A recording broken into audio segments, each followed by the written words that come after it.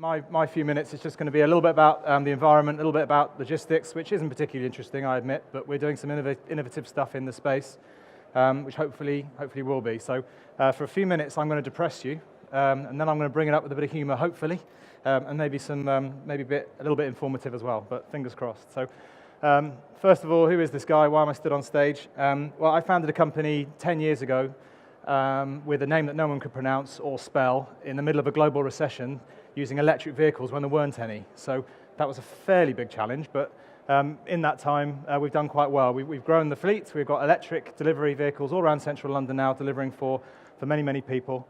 We've done over 9 million parcels by emission-free delivery so far.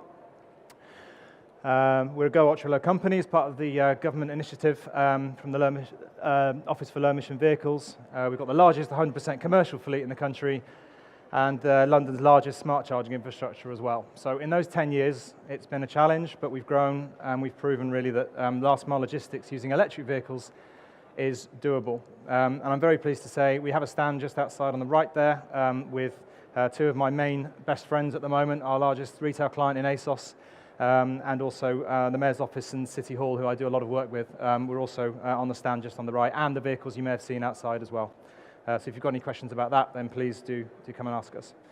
Right, that's that out of the way. Now the depressing bit. Why are electric vehicles so important for retail? You're all adults in the room, therefore this will worry you. It should worry you that the air that you're breathing in when you came in here and when you leave isn't very good. And statistically now, and scientists are proving that that's an increase in dementia. Nobody wants that. If you're a mum or a dad in the room, or a grandparent even, like me, that picture should bother you, because that's the sort of pollution that your kids are breathing in London every day. That also needs to stop. And perhaps more importantly, that your customers, people that are buying from all you retailers, recognize things like this, because it's being thrown at them every day in the media. So that's the depressing bit. And just to finish off that depressing bit, this is a map of London. Blue is okay air quality, yellow not very good, red toxic, really, really bad. The reason I'm showing you this is because until recently, a year and a half ago, I lived there, which a lovely part of town. I'm very lucky. Southwest London's very nice. As you can see, the pollution isn't too bad there, except this is an interactive map. So I zoomed in a little bit, and that started to worry me. Firstly, because that's where I used to live, and more worryingly, that's where my kids used to go to school. So every single day, I was willingly and knowingly putting my kids in an environment where they were breathing in toxic fumes every single day. And there's a sad case in 2013 of, I've written her name down, Ella Kisser-Deborah, who died as a result of bad air pollution, and she lived 15 minutes away from the South Circular, which is right there. So I don't do that anymore. I don't live in London anymore. I work in London, but I've actually taken my family, and those guys now breathe air in the Cotswolds. And that's where I've put them to make sure that they, I'm giving them the same opportunities of breathing proper air as I had. Now I know that is a little bit depressing, and it's not an easy thing to solve. There's a little bit of humour to sort of lift me a little bit, but delivery is challenging. It is difficult. It's difficult for that horse. It's difficult for us, and to do that in an environmental way is also challenging. But that's not to say we can't do it, and we shouldn't be doing something about it.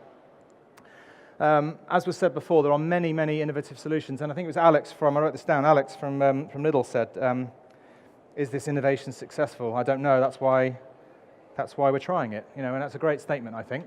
We're trying things. Some things don't work, and some things do. I don't think drones are the future, or flying dogs for that matter. It's amusing that when I found that on Google, on my computer screen, it was this big, and now I'm seeing a flying dog 3 times in the stage. But yeah, so some innovations I think, yeah, great, but actually not really that practical. But what is practical and what is doable is taking all of your freight, all of your deliveries, consolidating it, putting it into buildings like the ones that we run, and others like us, and delivering by electric vehicle. That's doable. We're doing it now. We've been doing it for 10 years. We need to do more of it.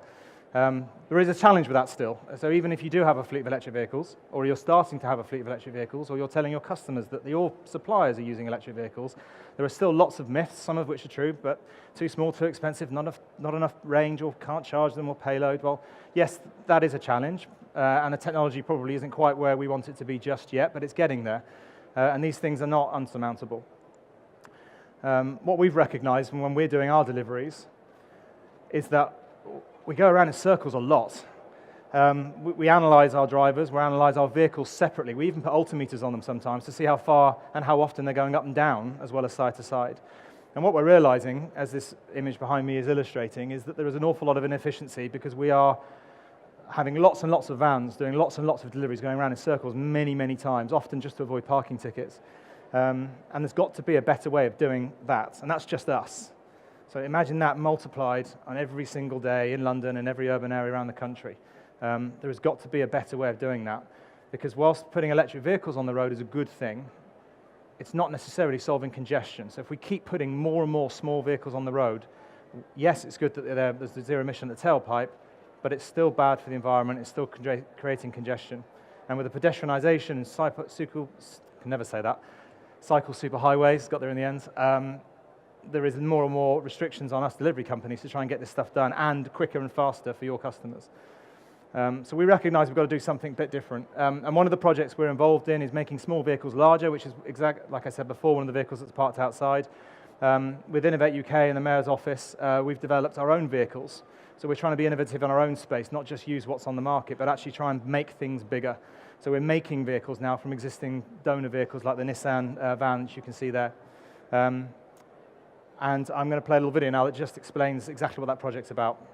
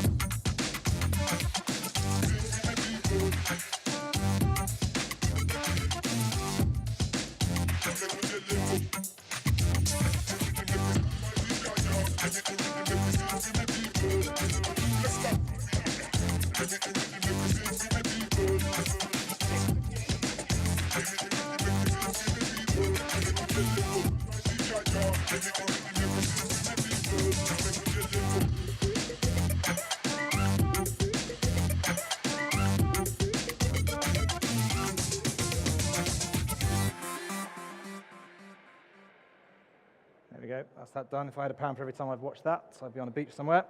Right, so just to give you an idea of what we're up to, but these are some of the results. So we're a year into a 2-year project, or 2.5-year project now, because we're extending it and buying more vehicles. But we've already recognised that a diesel van is 45% more expensive to run than an electric van. There is a potential saving of up to 60 million for the local environment, and a much, much bigger figure than that for the whole of London if all of the LGVs, light goods vehicles in London, were electric. We will be saving 2.5 tonnes of carbon, which is, as the statistic is shown there, not my statistic, but a lot of light bulbs, LED light bulbs for that matter, for not very long. And similarly, what's also important, going back to the whole toxic NOx and PM10 fumes, we're saving a chunk in that as well. So this project is demonstrating that it can be done commercially, viably, and we all should be doing more of it, frankly. And there is more information on the website, and obviously, as I said to you, we've got a stand as well on the right-hand side as you go out. So that got us thinking, what else can we do? What other innovations can we try to Alex's point from a little earlier? We want to do other things. Perhaps not flying dogs, but what we do recognise is that we've got lots and lots of people moving around a lot in central London, and can we do things a different way? And one of the things we're looking at doing now, having analysed what our drivers are doing, this particular example is in the West End, in the Mayfair area. This driver is driving on average 3 miles an hour. He has driven 5 miles throughout the course of his day, delivering 200 parcels. He's walked 6 miles. So he's not really a delivery driver, he's more a delivery walker. And so can we do things with these electric vehicles that are bigger and better? And then we went back in time instead and said, well, actually, innovation's great looking forward, but actually what we really discovered is that we were doing this in the 1950s. We had porters in central London that were delivering freight, delivering wares from horse and cart or from the train station back into the hotels and to the concierges. Well, why don't we do it again? So we've taken our larger electric vehicle, we've taken that map and said, well, actually, we want to be able to deliver deliver more, but use less vehicles to do it. And so we're now developing a solution for portering, as we're calling it, to deliver a lot of your goods, and we're doing a trial with Ford and ASOS shortly, just before peak, to deliver more things on foot in central London. And that's our first guy. There he is, doing a trial earlier in the year, which went very, very well. So that's me, really. That's a summary of what I was going to share with you today. Just to sum up, I think I did write something down at least. Please bear in mind that when I woke up on Monday morning and looked on BBC News, the first headline that smacked me in the face was scientists saying we have a climate catastrophe on the way. Air pollution is a real threat, and your customers expect you to do something about it. There's people like me and there's other people like me that are capable of providing a solution for you, so do it. Let's make London a better place. So when you leave today, you know that you're contributing to better air, not worse. And taking responsibility, because it's a challenge, like the horse on the trailer. It's a challenge, but it's not unsurmountable if we all invest in some collaboration. So that's my summary. I hope it was useful. Thank you very much.